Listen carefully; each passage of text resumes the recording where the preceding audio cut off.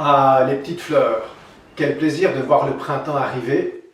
La nature, c'est vraiment un cadeau de Dieu. D'accord, c'est un cadeau de Dieu. Mais comment le recevez-vous? Je dois avouer que pour moi, la nature, c'est souvent le théâtre de ma vie. C'est le décor que j'admire par la fenêtre de ma maison ou de ma voiture. C'est le terrain de sport où je m'éclate à ski ou en vélo.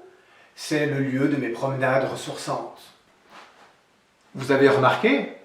Cette manière de voir oublie que la nature a sa propre vie, comme moi. Elle est réduite à un décor, à un terrain de jeu, au théâtre de ma vie.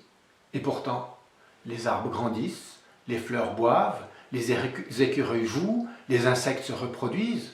Ils ne sont pas là juste pour que moi j'ai du plaisir, pour que je m'éclate. Ils ont tous leur propre vie.